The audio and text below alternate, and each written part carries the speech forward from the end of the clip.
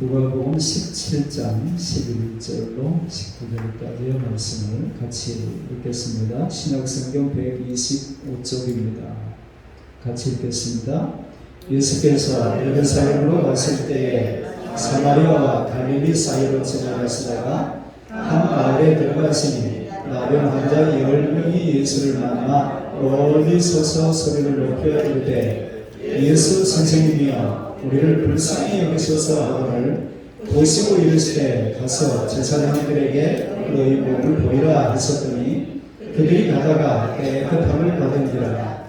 그 중에 한 사람이 자기가 나은 것을 보고 큰 소리로 하나님께 영광을 돌리며 돌아와 예수의 발 아래에 엎드려 감사하니 그는 사마리아 사람이라. 예수께서 대답하여 이르시되 열 사람이 다 깨끗함을 받지 아니하였느냐? 그 아홉은 어디 있느냐? 이 이방인 외에는 하나님께 영광을 돌리러 온 자가 없느냐 하시고 그에게 이르시되 일어나라 내 믿음이 너를 구원하였느니라 하시더라.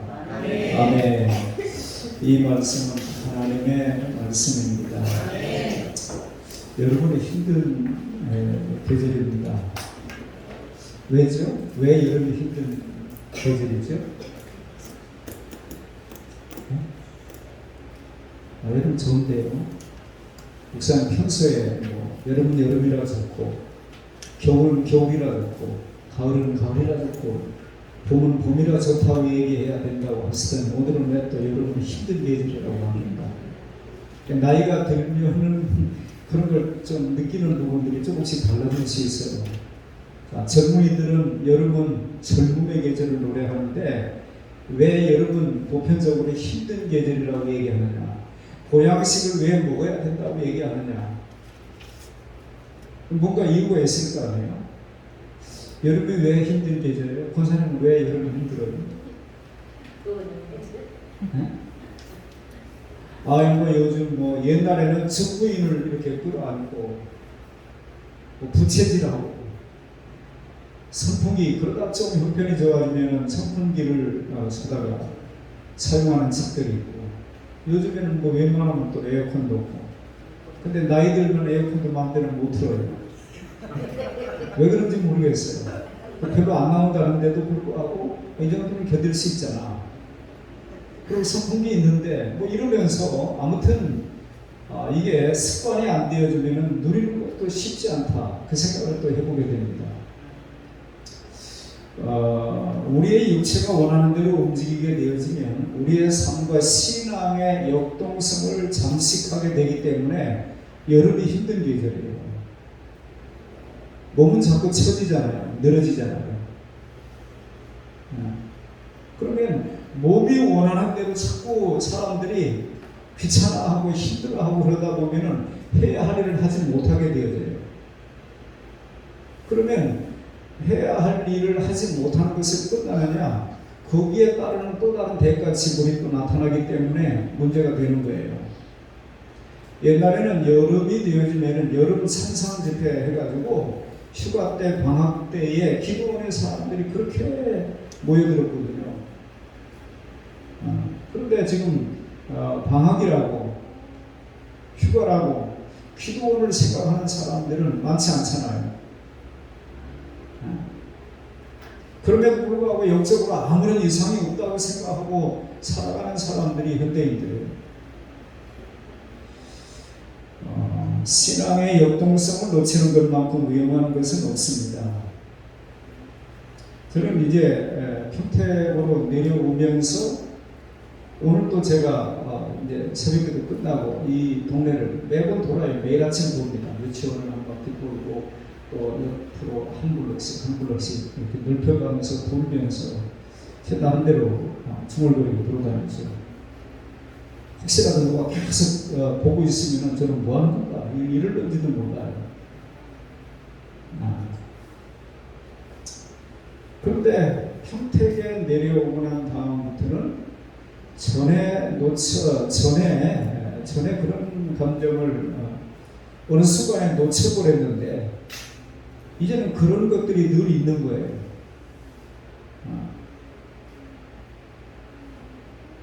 그곳에 만약에 우리 교인이 살고 있다면 대문을 붙들고 기도라도 오고 싶은 마음이 들고, 사람들이 시편 49편 20절에 보면은 전기에 처하나 깨닫지 못하는 사람은 멸망하는 짐승과 같다. 그때 짐승만 못하다고 그랬잖아요. 짐승은 죽으면 끝나요. 근데 이 사람들이 먹고 싸고 그런 생활을 반복하다가 나중에 나이가 들어가지고 생물학적인 어떤 생명이 끝나게 되어지면 모든 사람이 다 끝나는 거니까. 그러면은 끝인가 지옥이라고 하는 것이 있기 때문에 그냥 그렇게 살되지 이렇게 놓아둘 수가 없는 거잖아요. 그래서 아이들을 보면 또 말 한마디 붙이기도 어려운 외국 사람들을 이렇게 보면서 아무튼 가슴이 달라요. 가슴이 뛰입니다. 다음 세대와 이곳에 찾아온 다문화 가족들이 있다고 하는 것, 우리 나름대로의 어떤 목표와 소망이 있다고 하는 것 때문에 새로운 어떤 활력소가 되어지고 있다는 생각을 간단히 하게 됩니다. 더위와 피곤, 여러 가지 소비적인 삶은 신앙의 역동성을 놓치게 하는 요인입니다. 역동성을 놓친 신앙생활은 습관성이 되고 화석화되어 갑니다. 요한계시록 3장에 나타난 라오디게아 교회가 그런 교회 아니었습니까? 외형적으로는 화려했습니다. 재정도 풍부해서 부족함이 없다고 아주 만족스러워하고 있는 그들을 향하여 전문 말씀하시기를, 내가 실상을 말하는데 가련하고 골고하고 헐벗고 굶주리고 나중에 결국에는 안약을 사서 내 눈에 발라서 보게 해라. 주님은 그런 당부까지 하시면서 결국에 주님의 눈에 비친 그 교회는 자기들이 생각했던 부자라 부유하여 부족한 것이 없다, 그거와는 전혀 관계가 없는 모습으로 주님의 판단은 그렇게 나타났어요.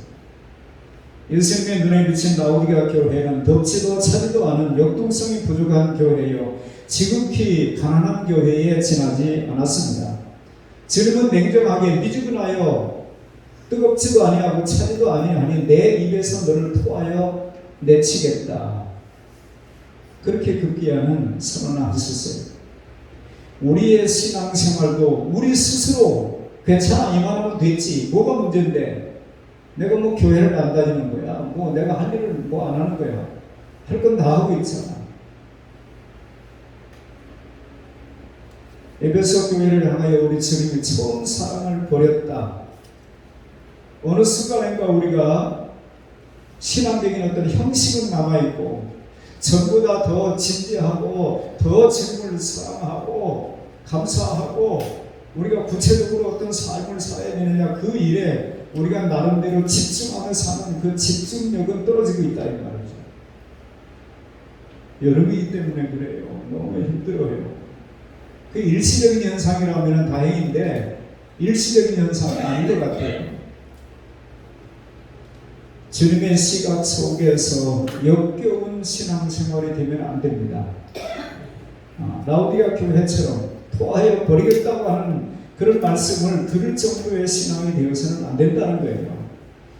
뜨겁지도 차지도 않은 신앙생활은 어떤 결과를 가져오게 될까요?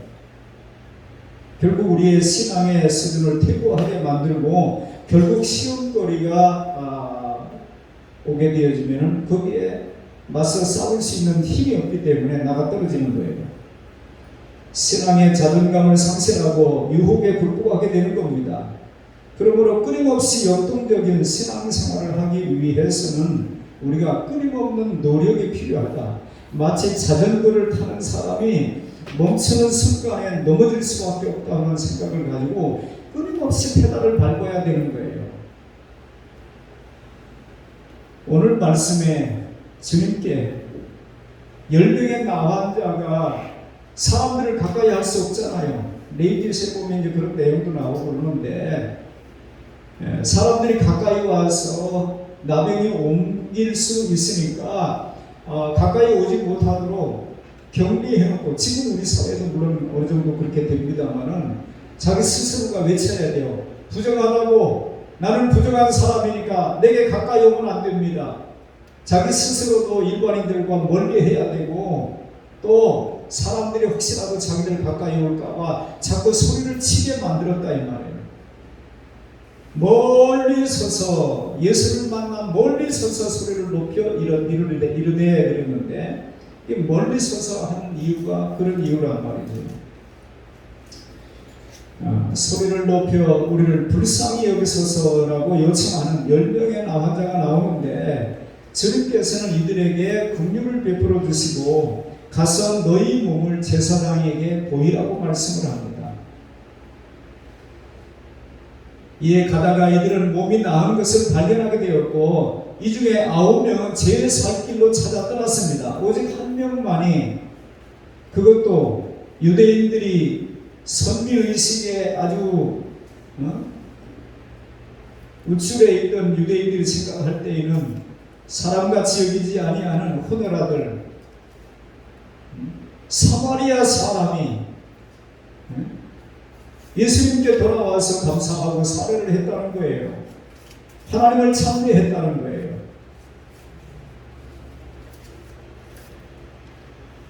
이때 예수님이 하신 말씀이 그 9은 어디 있느냐 하시며 슬퍼하시고 하나님께 영광을 돌리고 예수님께 나와 엎드려 절을 하며 감사하는 그 사마리아인에게 내 믿음이 너를 구원했다고 다시금 그를 축복하는 내용을 우리가 보게 됩니다.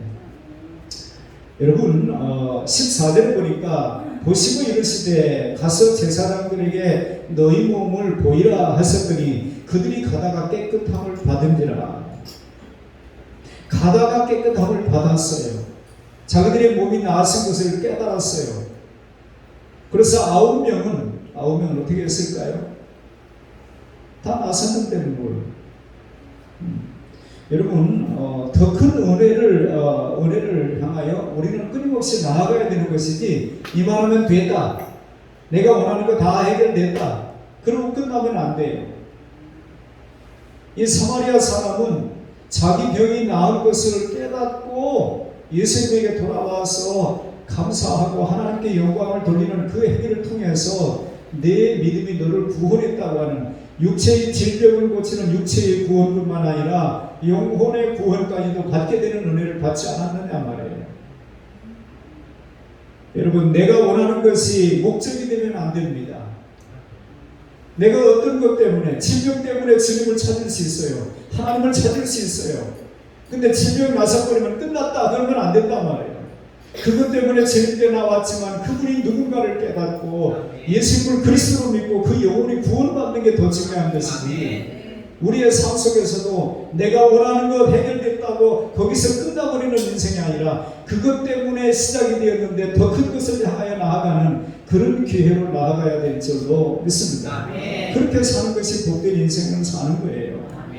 비참한 인생을 살아왔던 사람이 예수님을 만난 그 한순간을 통해서 몸이 온전하게 치유되었습니다. 이것은 아주 극적인 사건입니다. 역동적인 삶을 반복해서 살 수 있는 비결은 극적인 체험을 간간히 우리가 해야 되는 거예요. 옛날에 한번 경험했던 거 그거 우려먹고 계속 진취적인 신앙생활 안 됩니다. 제가 근자에 전공이 금비를 해결할 수 없다고 하는 얘기를 해요. 사람들은 아무래도 좀 불편하지 않은 소리를 듣는 게 좋죠. 전에 공을 세운 것이 지금 비리를 저지른 것에 대해서 용서가 되는 게 아니라는 거예요. 특별히 하나님 앞에서 제가 세상 청문회를 바라보면서는 불편한 마음이 있어요. 몇십 년 전에 있었던 일을 끄집어내가지고 그 사람을 낭만을 시키려고 하는 사람들의 모습을 보면서, 아니 자기는 언제나 잘했나? 우리 주님은 성경에 보니까 우리가 그리스도인이라고 한다면 그리스도인다운 시각으로 바라봐야 되잖아요. 김장한 목사님이 전두환 전 대통령이라든지 아무튼 말해요. 끊임없이 찾아가서 백담사 가서도 전도하고 감옥에 가서도 전도하고 모든 사람이 등을 돌렸을 때에 김장환 목사님 찾아가는 거예요. 가서 복음을 전하는 거예요. 근데 똑같이 계속해서 돈 던지고 있는 그리스도인들은 누구냐 이 말이에요. 전도환 씨의 아들 중에 이 박사인가요? 누구 그 탤런트하고 결혼한 아들이 하나 있어요. 근데 백석대학 신학대학원을 다닌다고 새롭게 하시는 거예요. 무슨 방송에 한번 나왔어요. 나왔는데 그분이 나와서 하는 소리가 간증 좀 하라고 김장환 목사님이 뭐 자꾸 뭐 방송에서 아마 그런 모양이에요. 그러니까 제가 나가는 것 자체가 광주 시민들이 나를 보는 순간 아버지를 생각하고 분노할 텐데 제가 안 나가는 게 하나님께 영광이 됩니다. 제가 나가면 하나님의 영광을 가립니다. 계속 사양을 했다는 거예요. 근데 김장환 목사님이 하나님은 과거를 묻지 않는다.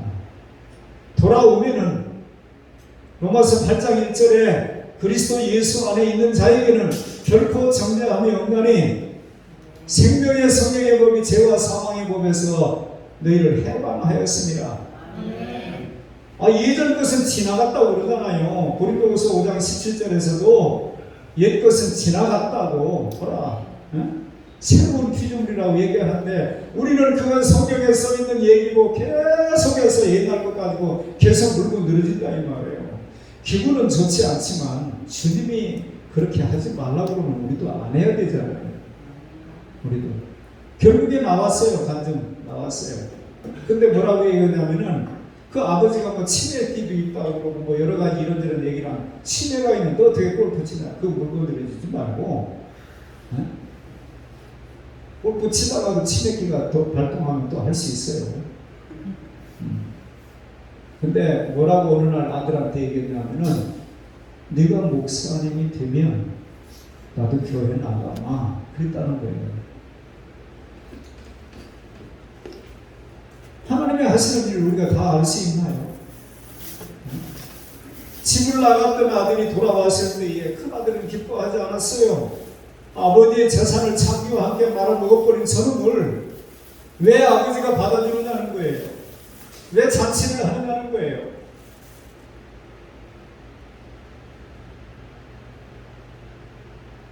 아버지가 큰 아들을 달려옵니다. 이렇다가 찾았다는 거예요. 아버지는 집을 나가기 전에도 그 아들이 아들이었고 나가서 속썩였어도 그 아들은 아들이었어요.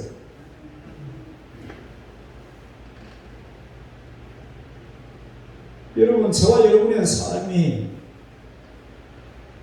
역동적인 삶을 반복해서 살 수 있는 비결을 놓치지 않기를 바랍니다. 어제 은혜를 크게 받았다고요? 그러면 끝나는가요? 아니에요. 또 새롭게 은혜를 받아야 된다고 그랬잖아요. 어제 용서받았으면 이제 더 이상 용서받을 게 없다고요? 아니에요. 살다 보면 또 용서받을 짓을 한단 말이에요. 용서가 있어야만 되는 그런 짓을 해요. 그래서 우리는 또 용서를 받아야 되는 겁니다. 저와 여러분이 끊임없이 극적인 체험을 반복해서 우리의 삶 가운데 이어질 때 어느 순간에 이걸 반복하는 것이 지난주에도 나와가지고 하나님 죄송해요 이번 주에 나와서 죄송해요 그럴 수 있죠. 근데 어느 순간에 가면은 하나님 지난주간에 제 삶 속에 이렇게 예민하게 간섭하시고 그렇게 순간적으로 필요한 은혜들을 공급해 주셔서 제가 지난 한 주간에 사는 너무 극적인 일들이 많았어요. 하나님 감사해요. 이런 기도로 바뀌면 안 될까요? 인간관계 속에서도 같은 잘못을 이번 주에도 하고 다음 주에도 하고 계속해서 미안해 그 다음 주에도 또 그짓하고 또 미안해 그러면은 어느 정도 가다 보면 말이에요 이거 습관이잖아. 그 사람의 인격으로 굳어버린 거예요. 그러면 안 돼요. 어느 순간인가 가서 그 은혜가 내 생각을 완전히 사로잡고 다시는 그러지 말아야지 결심을 하고 아니 노름을 하던 사람이 말이에요. 타짜라고 하는 그 영화 실제 주인공이 무슨 어떤 집사님이라는데 아니 손목을 짜는데요. 근데 나중에는 말이에요. 겨드랑이에다 끼워가지고도 한대요. 한 손으로 빼가지고. 결단을 우리 스님이 옳은 눈이 너를 범죄케 하거든 빼버리고. 그건 뭐예요? 그런 의지적인 결단이 있어야 된다는 얘기 아니에요? 만약에 우리가 제일 때만 하나씩 다 빼고 자르고 그러면 뭐 여기 살아남은 사람 하나도 없어요. 끊임없이 우리는 용서를 구해야 되고 끊임없이 하나님의 은혜를 구해야 될 줄로 믿습니다. 그러니까 옛날에 한번 체험한 은혜 가지고 그거로 그냥 견디려고 버티려고 하지 마시고 새로운 은혜를 구하고 그 은혜에 잠기는 삶이 될 수 있기를 바랍니다. 지난 7개월 동안 극적인 체험 그런 것들이 여러분에게 있었나요? 오늘 아침 김병상 목사님 설교 듣다 보니까 기도를 응답받았다고 하지 말라고 또 오늘은 하나님이 말씀하신 것 속에서 우리가 답을 찾아야 되는 것이지 응답받았다고 하는 얘기가 옳지 않다고 뭐 그런 저의 말씀을 하시는 걸 아침에 들었는데 여러분 어떻게 기도는 물론 응답을 전제로 하고 성경은 말하잖아요. 구하라 주실 것이에요. 언제나 그렇게 말하고 있잖아요. 근데 기도만 했지 전혀 달라진 것은 없고 그럼 우리 삶이 얼마나 힘들어요. 제가 어제도 땅을 하는 데 보고 하나님 여긴가요? 그렇게 사는 거예요. 신자들이. 옛날에 이상봉 목사님이 먼 하늘 이상한 구름만 떠도 내 주님 오시는가 해. 그런 마음으로 늘 사는 거예요. 주님 언제입니까? 언제까지? 이겁니까? 계속 묻는 거예요.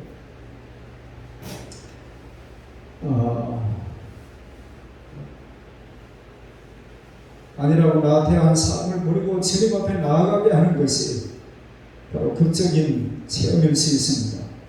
이렇게 극적인 체험을 하려면 오늘 본문 속에 나타난 그 내용을 살피는 도중에 그렇게 하면 되겠다.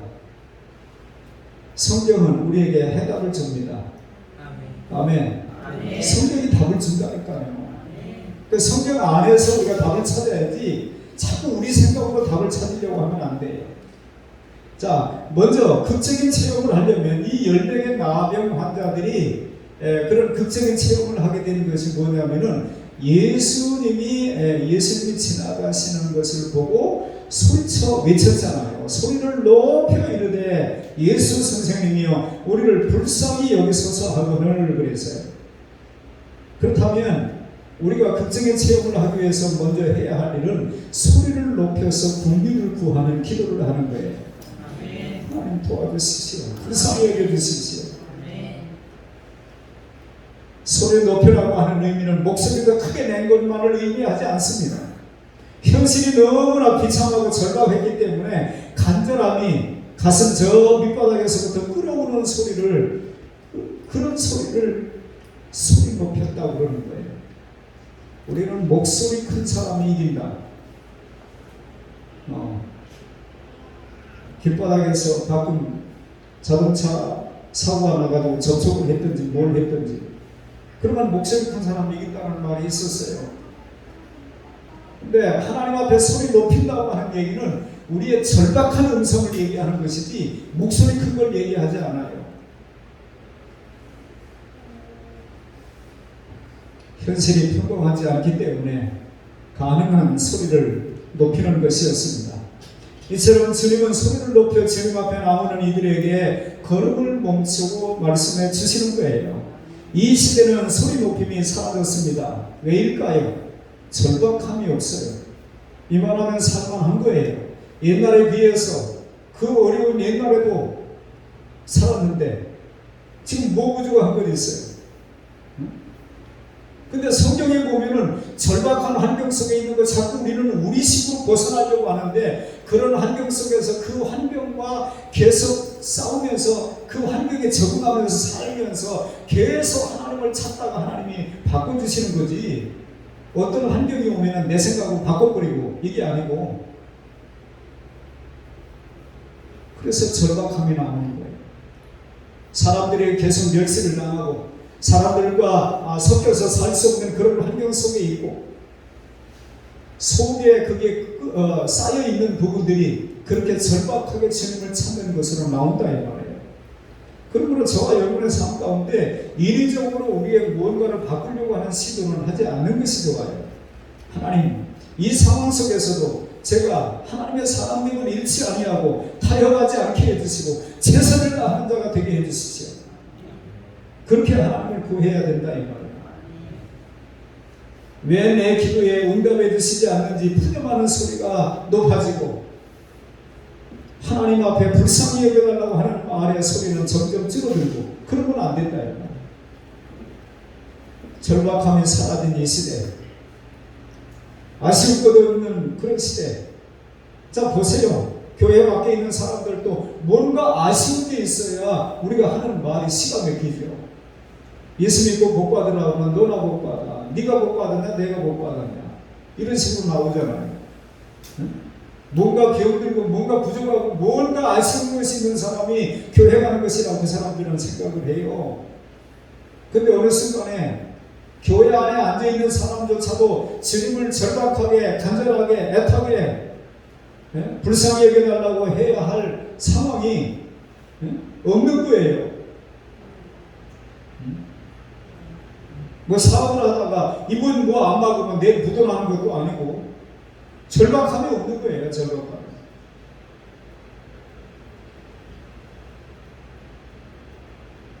애환과 슬픔, 고통을 부여 안고 소리 높이지 아니하면 그러면 전혀 소득이 없는 삶을 우리는 사는 거예요. 어떻게 얻은 휴가인데 우리 앞선 신앙의 선배들은 그 시간을 정말 값지게 쓸 수 있는 지혜가 있었어요. 이 여름에 아이들에게만 주님을 경험하고 반전의 날을 경험하고 복제소, 저도 처음에는 복제소가 예수님으로 복제한다는 소리고 근데 주님은 복제하는 거 안 좋아하세요. 베드로는 베드로로 살기를 원하세요. 베드로를 향한 하나님의 계획이 있어요. 요한을 향한 계획이 하나님께 있어요. 근데 베드로가 자꾸 요한 닮으려고 그러고 요한이 자꾸 베드로 닮으려고 그러면 되는 게 아니에요. 복음 제자 소명이라고 하는 것을 복제서로 아무튼 요즘에는 짧은 말로 이렇게 긴 내용을 함축해가지고 하는 내용들이 많은데 잘 못 알아듣겠어요. 지금 전 세계적으로 우영우 그 주인공 나오는 그 드라마가 전 세계적으로 좀 난리라면요. 아 대단해요, 대단해. 그 장애인하고 이렇게 교제를 하던 사람 이렇게 주고받은 내용을 그 우영우가 해석을 해주는데 정말 간단하게 짧게 그런 내용들이 참 많아요.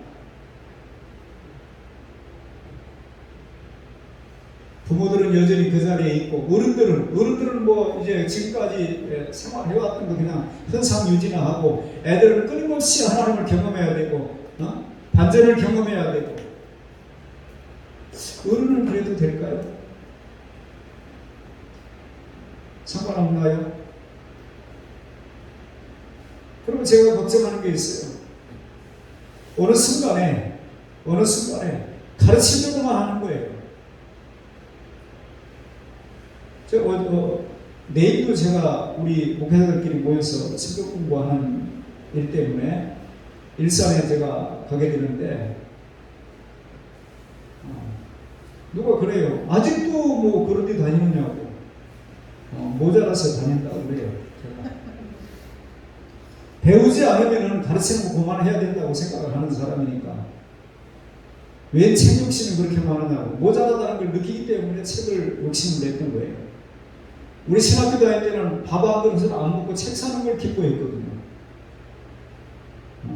어떤 분이 그러더만 아니 성경 하나 있으면 되지 그 많은 책이 무슨 필요가 있냐고. 잘 모르니까 더 이상 딴 말 하지 말라고 그냥 끊어버려요. 몰라서 그런다고.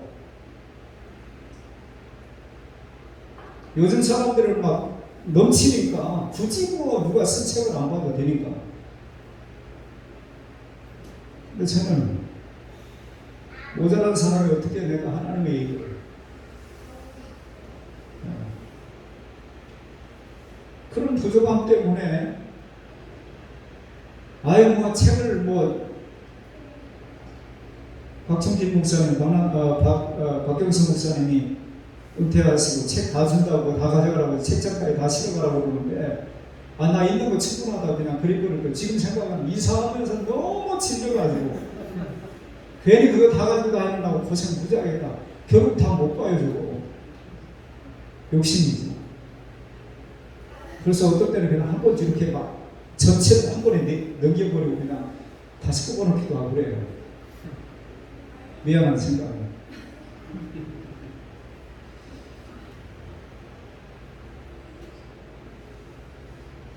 어른들도 모여서 절박함을 가지고 하나님을 찾는 우리의 모습이 될 수 있기를 바랍니다.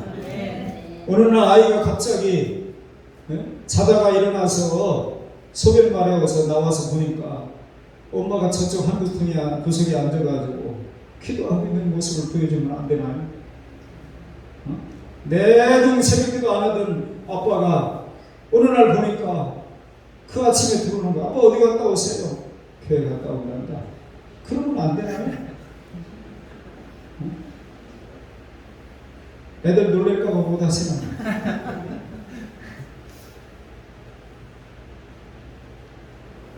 두 번째는 순종입니다. 너희 몸을 가서 제사장들에게 너희 몸을 보이라 그랬어요. 근데 그때 당시에 이 10명의 남환자들의 몸은 나병 환자의 몸이에요.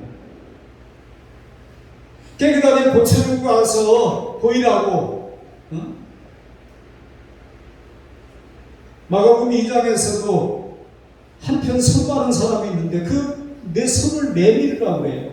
보이고 싶지 않은 손이에요. 감추고 싶은 손이에요. 근데 내놓으래요. 내 손을 내밀으라는 거예요. 내 병든 손 내밀어라. 우리 찬송가에도 그런 찬양이 있죠. 삭개오가 말해요. 키가 작아요. 예수님에 대한 소문은 듣고 있어요. 보고 싶어 예수님 얼굴. 그렇지만 키가 작아 볼 수가 없네. 그러다가 뽕나무를 생각한 거잖아요. 그러니까 약점을 극복하면 장점이 된다고 가장 작았던 사람이 뽕나무에 올라가니까 예수님도 고개를 들고 우러러 쳐다보잖아요. 내려오라고. 들키지 아니하고 그냥 잘 숨어서 잘 보고 끝나는 게 중요한 게 아니고 예수님이 내려오라고 그러면 내가 어떻게 올라갔는데 내려가느냐고 이렇게 나오면 안 되고 내려오라면 내려오는 거예요. 내 병든 몸 그대로 가서 제사장에게 보이라고 그러면 보이려고 가는 거예요. 가다가 낫다고 그랬잖아요. 물동은 하인들은 알더라 그랬는데 하인들이 아니 맹물이라 안 돼요. 잘못하면 이게 봉변당합니다. 자기 생각을 내려놔야 돼요. 떠다 주라고 그러면 떠다 주는 거예요. 갖다 부라면 갖다 붓는 거예요. 그리스도인의 삶이라고 하는 것은 그분의 말씀 앞에 우리의 이성적인 판단을 내려놓고 예로 순종하는 겁니다. 그렇게 살아가시길 바랍니다. 제가 우리 아들하고도 그 얘기를 한번 했는데 제가 아침에 인간극장인가 뭘 보는데 속 터지는 후계서 그 얘기가 이제 5분을 했는데 그 아버지가 없이 자랐어요. 58이 됐는데 근데 지금 58인데 우리나라에서 그 정도 소를 키우는 집이 몇집이나 될까 싶을 정도로 어마어마한 부자가 됐고 그 낙농업계 거기에서는 1인자가 된 것 같아요. 근데 아들이 빚내가지고 무슨 사업한다고 하다가 28살짜리가 빚을 잔뜩 지고 보다 못해 아버지가 내려오라고 이 농장농한테 다 물려줄 거니까 잘 배우라고. 근데 아버지하고 계속 다투는 거예요. 왜냐니까 너무 많이 양을 주는 거예요. 6시에 밥 줘야 되는데 8시에 밥을 주고, 귀찮으니까 한 번에 많이 주고. 그래서 아버지가 왜 이렇게 많이 줬냐고 그러면 아버지는 많이 먹고 싶을 때, 어렸을 때 없었냐고. 이렇게 나오니까 대화가 안 되는 거예요. 대화가. 근데 마지막 5편에, 지난 금요일 날 마지막 편에는 아버지가 아들 내려오라고 하면서부터 그 엄마가 보니까 아들한테 주려고 하는 작업을 다 해가지고 마지막 5편에서 그 아들 이름으로 목장, 주인이 아들이라고 하는 그 간판까지 만들어가지고 딱 열어주더만요. 근데 생각이 30년 차이가 나는데 다를 수밖에 없죠. 그러면 그러면 되는데 그게 잘 안 되는가 봐요. 그래서 시간만 나면은 뭐 낚시를 가고 싶고 휴가 가고 싶고, 난 아버지처럼 안 산다는 거예요. 휴가도 없이. 그러니까 그 아버지가 하는 말이, 나는 아버지 있는 사람이 그렇게 부러웠다는 거예요. 나는 아버지 없이 자랐기 때문에 내가 이렇게까지 안 하면은 살 수가 없었다는 거예요. 그러면서 좋은 아빠 되고 싶은 마음이 있었지 않았겠어요?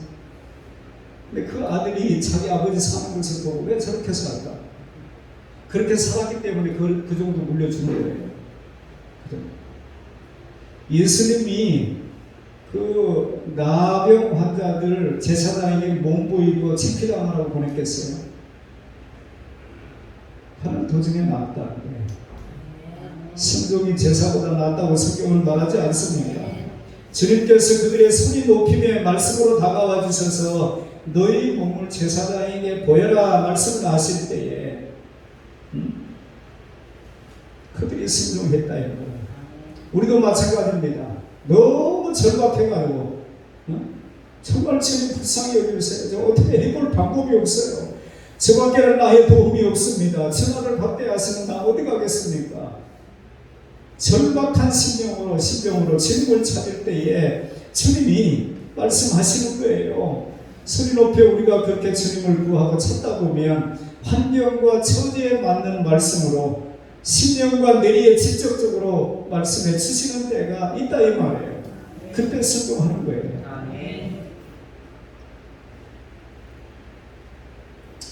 지체 없이 때에 순종할 때에 이 순종을 통해서 극적인 체험을 하게 해주시는 것입니다. 저와 여러분의 삶 가운데 내가 이해가 되기 때문에 납득이 되기 때문이 아니라 주님이 하신 말씀이기 때문에 순종하는 그런 삶으로 나아갈 수 있기를 바랍니다. 마지막은 감사예요. 사마리아인은 자기 몸이 나은 것을 깨닫고 즉시 어떻게 했어요? 15절에 그 중에 한 사람이 자기가 낳은 것을 보고 큰 소리로 하나님께 영광을 돌리며 돌아와 예수의 발 아래에 엎드려 감사하니 그는 사마리아 사람이다. 여러분, 사마리아인은 그 자리에서 하나님을 영화롭게 찬송하고 다시 예수님에게로 돌아와서 예수님에게 정말 깊은 감사의 표현을 한 거잖아요. 예수님이 내 믿음이 너를 구원하였다라고 말씀하시면서 육적인 구원뿐만 아니라 영혼의 구원까지도 우리 주님이 주실 것입니다. 이처럼 주님께서는 감사하는 마음에 다가와 주시고 말씀을 주시고 극적인 체험을 할 수 있게 하셔서 우리의 삶이 역동적인 삶으로 나아갈 수 있도록 해주시는 분이라고 하는 사실을 기억하시기를 바랍니다. 감사는 더 큰 축복의 문을 여는 메스터 키라고 생각하면 돼요. 우리가 웃는 얼굴에 침 못 뱉는다는 말이 있죠. 고마워, 감사해. 그러는데 뭘 어떻게 시비를 걸겠어요? 인간관계 속에서. 그런 말이 사라지기 시작하면 나가야 할 말이 나가지 않으면 나가서는 안 될 말이 나가서 관계가 깨지는 거예요. 소리 높임과 순종과 감사 이 세 가지는 결코 평범한 것이 아닙니다. 저와 여러분의 삶이 역동적인 신앙생활로 나아갈 수 있길 바랍니다. 어느 순간에 우리가 다 굳어져가지고 화석화된 그런 신앙으로 생활하지 말고 때리면 예배의 자리에 오기는 오는데 별로 감동도 없고 감격도 없고 뭐 그렇게 딱히 주님께 뭘 어떻게 해주십시오 안 됩니다. 정말 주님 그러시겠습니까? 이런 식으로 해도 뭔가 절박해야 뭐라도 해보죠. 근데 절박함이 이 시대는 없다는 말이에요. 절박함. 왜냐니까 하나님의 도우심이 없어도 될 것 같은 삶의 환경을 우리가 자꾸 나름대로 구축하기 때문에 그분을 구할 이유가 없는 거예요. 아니, 저 여러분의 삶이 평범함을 거부하시기를 바랍니다. 평범함을 거절하시기 바랍니다. 이렇게 살면 안 된다.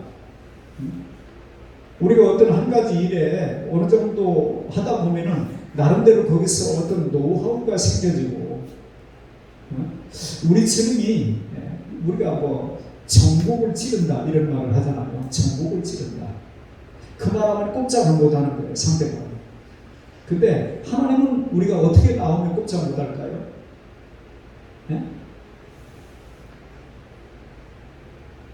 우리가 기도하는데도 절박하게 하나님을 찾는데도 불구하고 난 너 몰라 알아서 해 그러시는 분이 아니에요. 그러면 우리가 생각할 때 응답이 더딘 것 같아요. 그분이 친구하시는 것 같아요. 그러면 더 절박하게 주님을 찾아야죠. 그래야 우리가 예민해지는 거예요. 여러분 금식 해보면은 우리가 굉장히 예민해지지 않습니까? 후각도 예민해지고 소리도 예민해지고. 심지어 제가 오사리에 가서 금식을 며칠 하다 보니까 예전에 누가 무엇 먹고 틀림에 있는데 무엇 먹은 음식 반찬을 내가 알아맞히겠더랍니다. 경험해 보셨죠? 어떤 꼬마가 그 금식기도 하는데 어떤 꼬마가 새우깡을 먹고 저기서 지나가는데 그 새우깡 냄새가 들어와요. 이찬성 목사님이 옛날에 삼성교육 때 거기 가서 한번 그 사람들 어떻게 교육 좀 해주라고 부탁을 해가지고 갔대잖아요. 그런 거 하다 보니까 나중에 대통령이 상 준다고 오라고 그래서 청와대로 가기 전에 미리 오는 장소에서 모여서 대통령을 똑바로 쳐다보면 안 됩니다. 내가 손을 잡을 때에 그분이 흔드는 대로 그냥 따라가야지 여기다 힘주고 같이 흔들면 안 됩니다. 이런 거 다 교육을 시킨다는 거예요. 근데 모여서 그걸 하는데 말이에요. 누군가가 담배를 피는데 이찬성 목사님이 그게 옛날에 담배 피던 그 맛을 그대로 느끼겠더라고요. 구수해요. 육체의 소욕을 뛰어넘는 게 쉽지 않아요. 근데 우리가 금식을 하게 되면 굉장히 예민해진단 말이에요. 줄이고 목마른 자가 왜 복이 있다고 하셨는지를 알아야 돼요. 다시 한번 우리가 생각을 해야 됩니다. 아쉬울 것 없는 시대를 살아가는 우리들. 도와주시면 고맙고 안 도와주시면 할 수 없죠. 다 살 수 있어요. 이러면 안 된단 말이에요. 안 돼요. 주님밖에는 나의 도움이 없습니다. 어떻게 하라고 가만히 계시는 거예요. 이렇게 우리가 절박하게 그분을 찾는 것이 그분을 향하여 부르짖는 거예요. 외치는 거예요. 그럴 때 그분이 우리의 환경 속에 그분이 하시는 말씀이 들려진단 말이에요. 세미한 소리가. 엘리야에게 성경에 보니까 말이에요. 불 가운데도 있지 않냐고. 나중에 세미한 바람 가운데 세미한 소리가 그 속에 하나님의 음성이 있었다는 거예요. 예민해질 수 있기를 바랍니다. 제가 예전에 신천 성결교회 이종인 목사님, 그분이 2대째 목사님인데 그분이 예상분이에요. 그러니까 고향 기질이라는 게 있는데 그분이 한 번은 목회자 그 모임에 오셔가지고 하시는 말씀이 소낙비는 좋지 않습니다. 가랑비, 이슬비가 농사를 망치지 아니하고 밭도 망치지 아니하고 농사를 잘 짓게 되는 것이지 갑자기 막 뱅길이 쏟아붓고 다 망가집니다.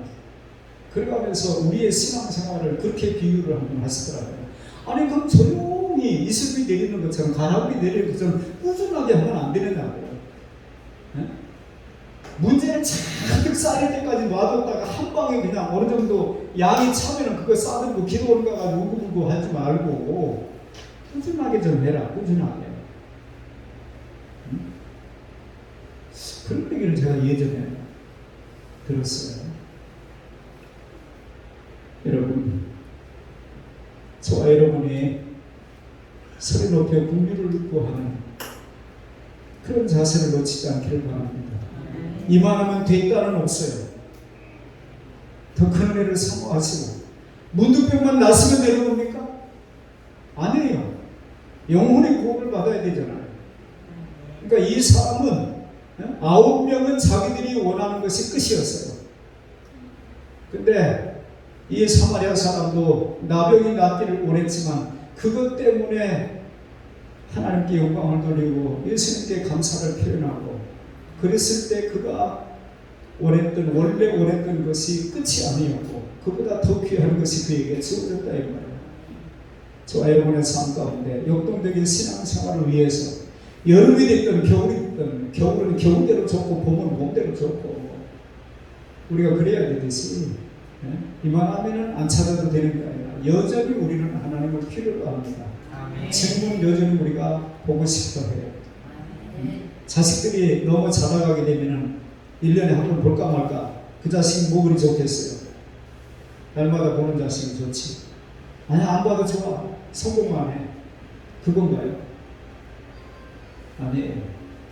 저와 여러분의 삶이 언제나 역동적인 신앙생활. 여름에는 말이에요. 더더군다나 조금만 우리가 우리 육체가 원하는 대로 그냥 우리 몸을 맡기기 시작하면은 금방 풀어져요. 운동선수들도 여름에, 그 더운 여름에, 추운 겨울에 훈련을 어떻게 했느냐가 그 다음 해의 성적을 가늠할 수 있고 그것이 연봉으로 이어지고 그러잖아요. 저와 여러분의 신앙생활이 역동적인 신앙생활로 나아갈 수 있기를 바랍니다. 여전히 긍휼을 구하는 기도를 하나님 앞에 드릴 수 있기를 바랍니다. 그분의 말씀 앞에 이유를 달지 아니하고 예로 순종하고 그리고 하나님 앞에 우리의 마음에서 우러나는 진실한 감사를 표현하고 이제 내게 주신 은혜를 무엇으로 보답하며 제가 살겠습니다. 주님, 제가 뭘 하길 원하십니까? 제가 뭐 하면 될까요? 그렇게 묻고 살아가는 복된 인생이 다 될 수 있기를 주님의 이름으로 축원합니다. 기도합니다. 하나님 아버지, 은혜를 감사합니다. 지치기 쉬운 계절 여름에 자칫 잘못하면 육체가 원하는 대로 움직이면서 우리의 삶과 신앙의 역동성을 잠식하게 되는 그런 계절 속에 저희들이 있습니다. 2022년을 시작한 지 7개월이 됐는데 7개월 동안에 이 나병 환자들이 예수님에게 큰 소리로 우리를 불쌍히 여겨달라고 절박한 그런 애원을 주님께 드림으로 주님이 그들의 외침을 들으시고 그들의 문제를 해결해 주셨던 것을 저희들이 이 아침에도 보았습니다. 주님, 저희들의 삶 속에서 극적인 체험을 해서 끊임없이 역동적인 삶을 반복할 수 있는 비결이 극적인 체험을 하는 것이라고 한다면 저희들도 하나님 앞에 절박한 심정을 가지고 주님을 찾는 자들이 되기를 원합니다. 우리의 현실이 너무 비참하고 절박했기 때문에 간절함이 가슴 저 밑바닥에서부터 끌어오는 올라오는 소리로 주님을 찾는 자들이 되게 도와주십니다. 우리 주님 앞에 내 기도에 왜 응답을 안 하시느냐고 푸념하는 소리를 높일 것이 아니라 주님의 은혜를 절박하게 애타게 구하며 주님의 긍휼을 구하는 소리를 높여가는 저희들이 되게 하여 주시옵소서. 주님, 때때로 우리의 판단대로 되어지지 아니하면 우리가 하던 일도 멈추게 되는 일들이 너무 많습니다. 너희 몸을 제사장에게 보이라고 했을 때에 그 말씀에 순종하여 가는 도중에 그들이 나았다고 했습니다. 주님, 저희들의 삶 속에서도 지체 없이 주의 말씀을 깨닫는 순간에 순종을 통해서 극적인 체험을 이어가게 하여 주시옵소서. 감사로 제사하는 자가 나를 영화롭게 하나니 그 행위를 옳게 하는 자에게 구원을 보이겠다고 말씀하신 주님, 이 사마리아 여인의 감사, 우리 주님이 그렇게 칭찬하셨고, 그가 원래 원했던 것이 영혼 구원이 아니었음에도 불구하고 육체의 구원을 원했던 그가 영혼의 구원까지 받았던 것을 보면서 주님, 저희들의 삶 속에 내가 원하는 것이 목적이 되지 않게 하시고 하나님이 그것보다 더 귀하고 값진 것을 주시기를 원하신다고 하는 사실을 기억하며 그 은혜를 사모하며 살아가는 자들이 되게 하여 주시옵소서. 예수님의 이름으로 기도하옵나이다. 아멘.